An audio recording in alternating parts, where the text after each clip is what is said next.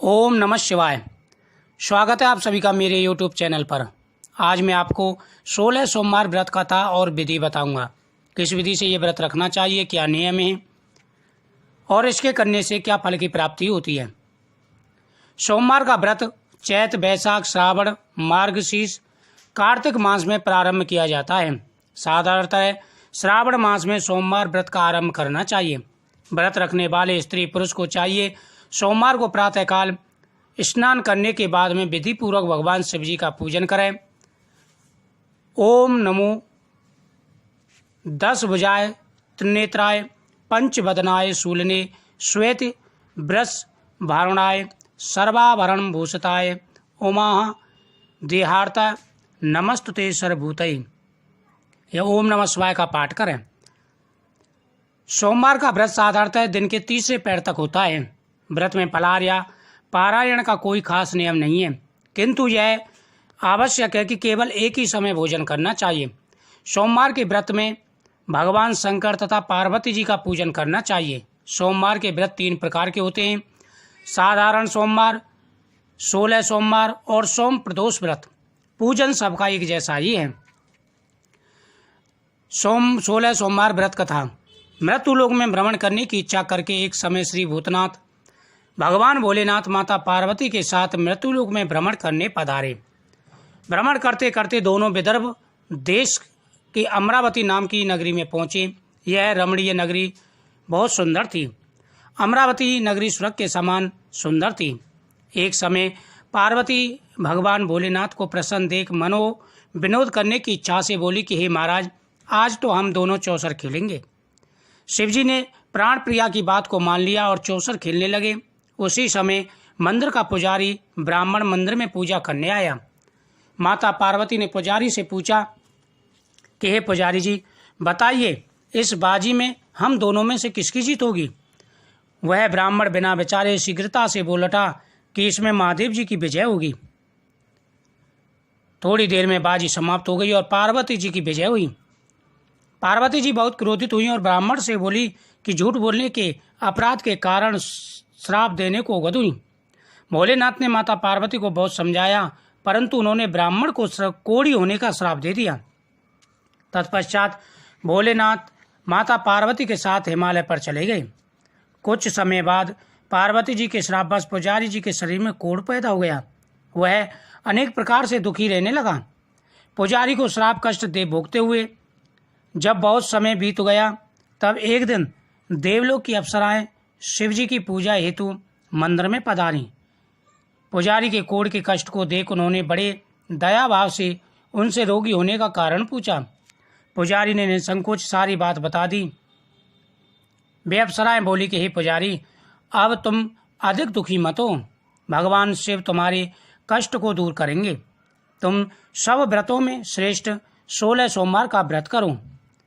पुजारी ने अप्सराओं की रानी से विनम्र भाव से 16 सोमवार व्रत की विधि पूछी।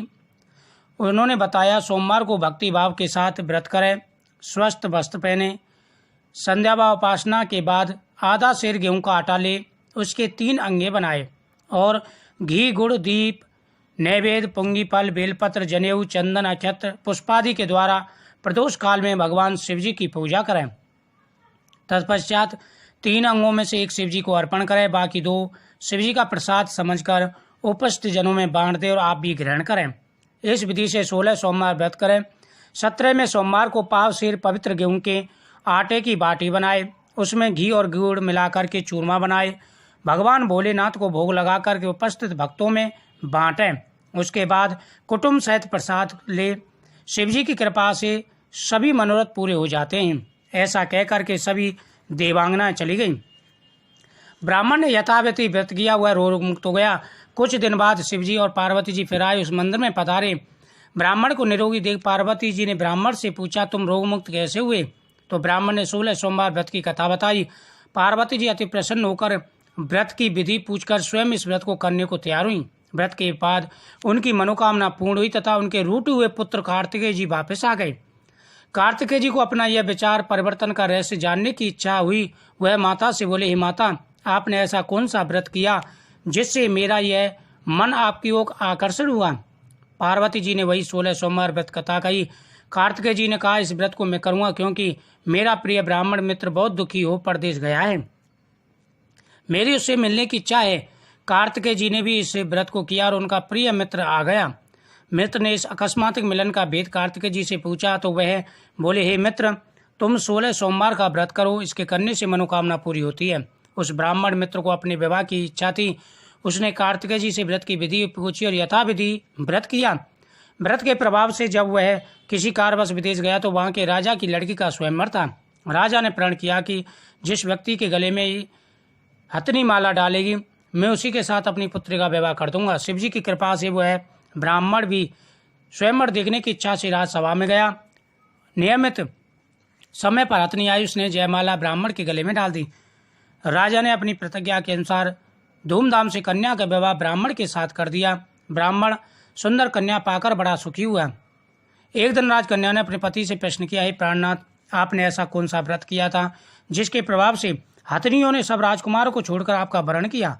ब्राह्मण बोला, हे प्राण प्रिय, मैंने अपने मित्र कार्तिकेय जी के कहने अनुसार 16 सोमवार का व्रत किया, जिसके प्रभाव से ऐसी रूपवती पत्नी मुझे प्राप्त हुई। व्रत की महिमा सुन राजकन्या को आश्चर्य हुआ। वह भी पुत्र की कामना करके व्रत करने लगी। शिवजी की दया से उसके गर्भ से एक अति सुंदर, सुशील, धर्मात्मा और विद्वान पुत्र उत्पन्न हुआ। माता पिता दोनों उस देव पुत्र को पाकर अति प्रसन्न हुए, उसका पालन पोषण करने लगे। जब पुत्र समझदार हुआ तो एक दिन उसने अपनी माता से प्रश्न किया, हे माँ, तुम कौन सा व्रत किया जिससे मैं तुम्हें प्राप्त हुआ? उसने कहा कि बेटा, मैंने 16 सोमवार का व्रत किया था। व्रत शुरू के बाद एक देश के वृद्ध राजा के दूत ने आकर उसको राजकन्या के लिए वरण किया। राजा ने अपनी पुत्री का विवाह ऐसे सर्वगुण संपन्न ब्राह्मण युवक के साथ कर दिया। वृद्ध ब्राह्मण के दिवंत हो जाने पर इसी ब्राह्मण युवक को सिंहासन पर बैठाया गया, क्योंकि दिवंगत राजा के कोई पुत्र नहीं था। राज्य का उत्तराधिकारी होकर भी वह ब्राह्मण पुत्र 16 सोमवार का व्रत कर रहा था। जब 17वां सोमवार आया तो विप्र पुत्र ने अपनी प्रिय पत्नी से पूजन सामग्री लेकर शिवालय के लिए चलने के लिए कहा, परंतु उसकी पत्नी ने उसकी आज्ञा की परवाह नहीं की, दासियों द्वारा सामग्री भिजवा दी। जब राजा ने शिवजी का पूजन समाप्त किया तब आकाशवाणी, हे राजन, अपनी इस रानी को महल से निकाल दे, नहीं तो यह तेरा सर्वनाश कर देगी।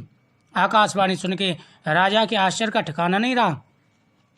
उसने मंत्रालय में आकर अपने सभासदों को बुलाकर मंत्रियों से पूछा कि आज मुझे आकाशवाणी हुई है कि हे राजन, तू अपनी इस रानी को निकाल दे, नहीं तो तेरा सर्वनाश हो जाएगा।